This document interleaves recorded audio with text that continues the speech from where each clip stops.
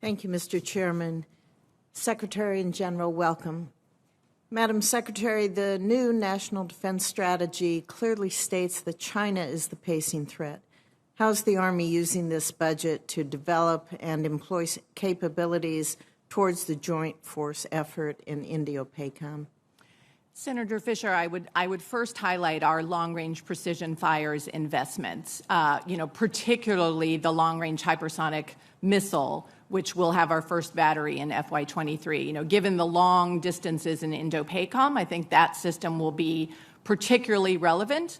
But the mid-range capability that we are developing with the Navy, I think, is also very relevant for a potential conflict in Indo-PACOM.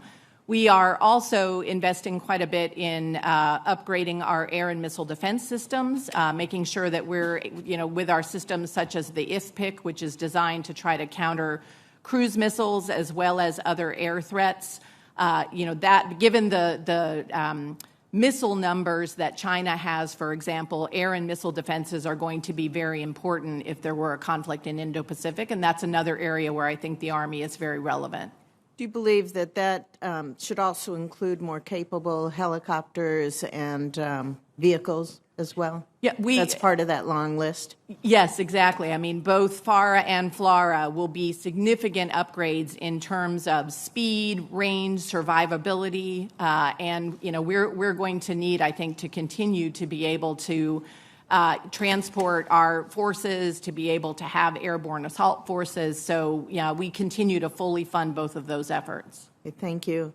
General, how will the Army adjust the way it trains and equips soldiers to better prepare for conflict in a contested environment where the adversary has advanced ISR and other high-end capabilities? Well, Senator, we realize that we're at an inflection point right now. The last 20 years, we've been doing what we call counterinsurgency, irregular warfare, counterterrorism. So we've taken our combat training centers, and our soldiers are going through very aggressive and rigorous training that fights what we would call a high-end enemy that has unmanned aerial systems, that has the ability to jam their weapon systems and their navigation systems, and has the ability to attack the command posts, and it has the ability to attack their logistics. So we are giving them, a scrimmage, if you will, that will have them ready for that type of combat in the future.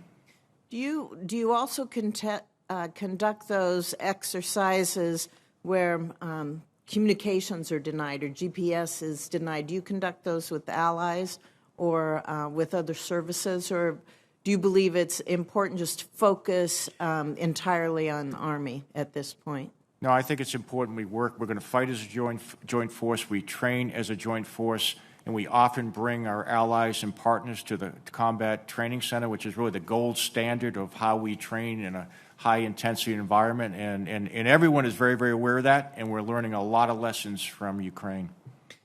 The National Defense Strategy highlights both the importance of fortifying our network with our allies and our partners and using that campaigning to strengthen deterrence. Can you discuss some of the insights that you've gained from those recent exercises and how the military-to-military exercises are going to be, I think, more important in the Pacific just because of the geographic expanse and being able to cover the region? Yes, Senator, what we're believers in is you never want to be what I would call a one-option commander. If you only have one radio net, they can jam that and take that away from you. So as we start to look at what we're trying to do is we're looking at like data fabrics where there's multiple ways of moving communications. There's multiple ways of getting navigation information. So if your adversary shuts down one capability, you have another option that you can quickly move to, and we use a term we call PACE. We have a primary, alternate, contingency, and emergency type communications ability. We train our troops that, so if something goes wrong, they can immediately move to another course of action. Okay. Thank you very much. Thank you, Mr. Chair. Thank you, Senator Fischer.